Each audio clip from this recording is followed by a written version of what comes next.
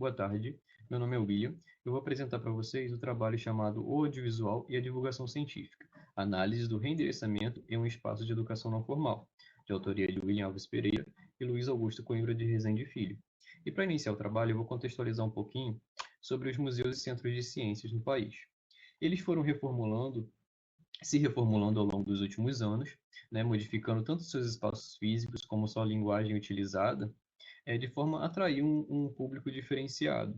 E eles podem funcionar de diferentes formas, contextualizando uma temática abordada atualmente na mídia ou uma contextualização da temática utilizada por algum professor em sala de aula.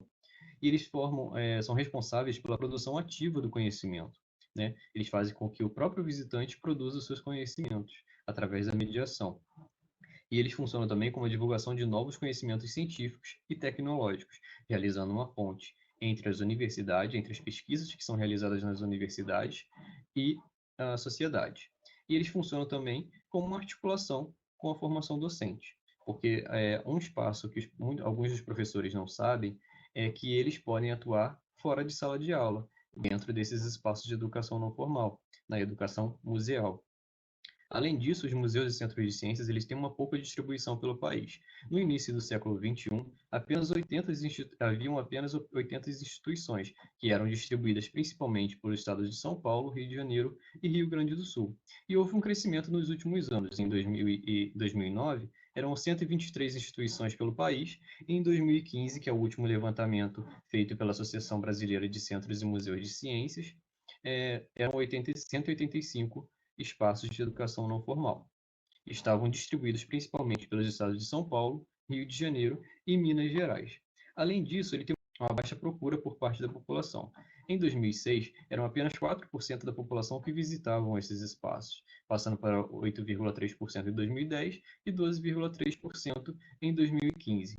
Além disso, esses espaços eles estão constituídos principalmente nos grandes centros urbanos, dentro das grandes cidades, deixando com que as cidades pequenas e mais do interior fiquem desprovidas desses recursos. Por isso, você tem uma importância desses museus itinerantes. E a partir daí, a linguagem dos museus também foram se modificando ao longo do tempo, como eu falei anteriormente. Nos espaços de educação formal, você tem a transposição didática.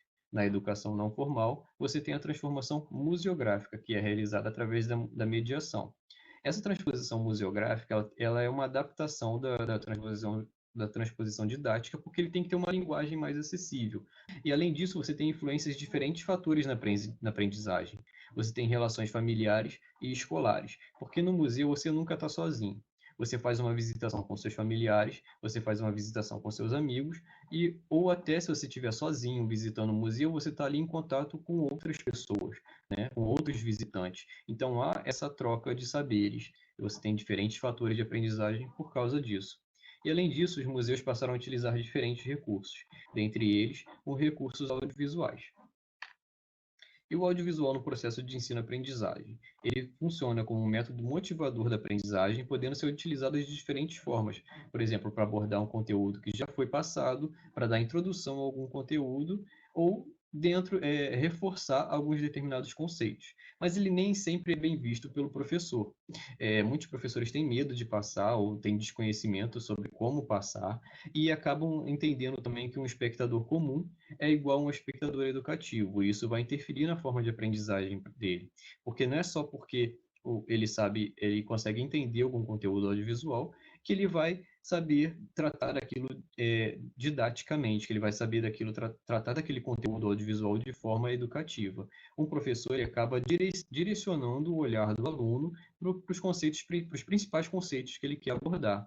E o espectador comum não está repensando nisso, não está pensando nesses significados. Porém, não é somente passar o filme e esperar que os alunos extraiam as informações necessárias. O educador necessita descobrir como adaptar o filme para o processo de ensino-aprendizagem, ou seja, reendereçar o conteúdo a partir do endereçamento original.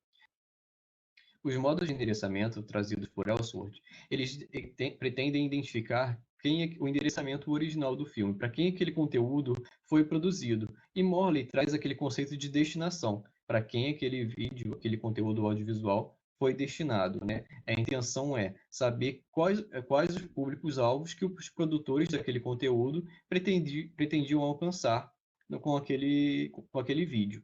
E nisso, ao você fazer uma adaptação daquele conteúdo, ao você fazer uma modificação para direcionar aquele conteúdo endereçado para determinado público para outros níveis de público, você está realizando o reendereçamento desse conteúdo. O Ciência Móvel, Arte e Ciência sobre Rodas, ele é um museu de ciências itinerante, está vinculado ao Museu da Vida, que é da Fiocruz, e ele possui equipamentos interativos. Ele tem um caminhão de 13,5 metros de comprimento, no qual estão todos os equipamentos do museu ao chegar no local que ele vai fazer a exposição. Esses equipamentos são retirados e esse caminhão vira um espaço multimídia, onde são passados vídeos educativos e através da mediação do mediador com o público, ele discute aqueles determinados conceitos que são passados nos vídeos. Eles possuem equipamentos interativos que são organizados por eixos estruturantes, entre biologia, física, química e história das ciências. Esses equipamentos eles conversam entre si. E o projeto já viajou 171 cidades, né? Já realizou 171 viagens, atendendo em torno de 718.117 visitantes, apresentando uma média de aproximadamente 4.200 pessoas por viagem realizadas. Esses dados são até o mês de julho de 2018. A capacitação dos mediadores dura em torno de uma semana, em que são apresentadas diferentes maneiras de se portar frente ao público, assim como as diferentes formas de mediação de todos os objetos. Atualmente, são utilizados 4 vídeos no espaço multimídia. Um deles é da série Ciência e Gotas, retrata a vida e a história da cientista Berta Lutz. E 3 vídeos são da série Um Cientista e uma História, retratando a história e a vida de Carlos Chagas, Johanna Doberheim e Maurício Rocha e Silva. Um dos objetivos desse trabalho é demonstrar as diferentes formas didáticas utilizadas pelo mediador para reendereçar o conteúdo audiovisual no espaço multimídia do Museu de Ciências Itinerante, Ciência Móvel.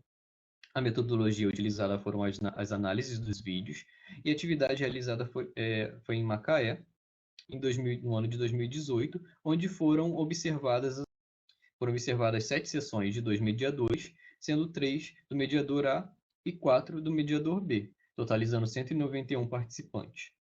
E o público-alvo foi bem variado, entre adultos, jovens universitários, familiares e escolares, né, público infantil e adolescente. Na sessão 2, foram 15 participantes, duração de 12 minutos e 27 segundos, abordando principalmente adolescentes, adultos e estudantes universitários. A partir das observações, podemos perceber que nas interações com os alunos, questões mais aprofundadas foram realizadas com a presença de artigos acadêmicos e livros, de forma a entenderem melhor o que é ser cientista e a importância das pesquisas para a sociedade. A sondagem sobre conhecimentos prévios dos visitantes também caracteriza uma estratégia de reendereçamento, porque antes de iniciar a exibição dos conteúdos, há uma abordagem sobre o que os visitantes conhecem. Mas a interação com esse público mais adolescente, adultos, estudantes universitários é mediana. Eles participam pouco, eles dão poucas respostas aos questionamentos do mediador.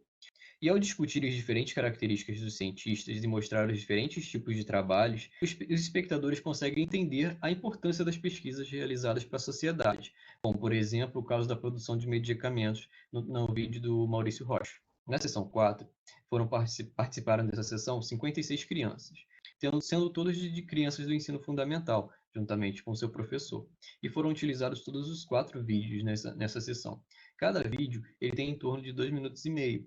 Então, se você utilizar os 4 vídeos, você passa a ter uma duração de 10 minutos, deixando pouco tempo para interação com o público.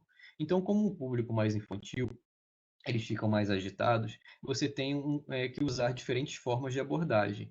Então, inicialmente, eles foram perguntados sobre quais cientistas eles conheciam e quais eram as visões de cientistas que eles tinham, né, para poder comparar posteriormente com os vídeos observados. Então, diferentes abordagens, como o modo de falar, como as crianças, o tom de voz diferenciado, dando ênfase em alguns pontos importantes, além de brincadeiras para atrair a atenção do público, facilitam a compreensão e o deixam mais participativo. Para as considerações finais. Esse espaço foi escolhido como um campo de pesquisa devido a ser um amplo objeto de estudo e pouco explorado, e o modo de mediador falar e interagir com os visitantes também influencia na interação entre eles. As interações ocorrem mais quando o mediador atua de forma descontraída, fazendo as brincadeiras e tudo mais, tentando fazer com que os visitantes se sintam mais próximos desses conteúdos. E há diferentes formas de assistir ao mesmo conteúdo e ao estar presente na figura de um mediador, juntamente com outras pessoas, o olhar para o conteúdo é modificado. O mediador direciona esse olhar do visitante. E, através das estratégias de reendereçamento, os mediadores conseguiram alcançar diferentes públicos e as diferentes situações em que o mediador promove o reendereçamento dos conteúdos audiovisuais no espaço multimídia são importantes para construções de novos significados do público visitante. Aqui são os agradecimentos de quem contribuiu direto ou indiretamente para esse trabalho. E muito obrigado. E aqui tem o meu e-mail para contato, caso alguém queira conhecer um pouco mais. Obrigado.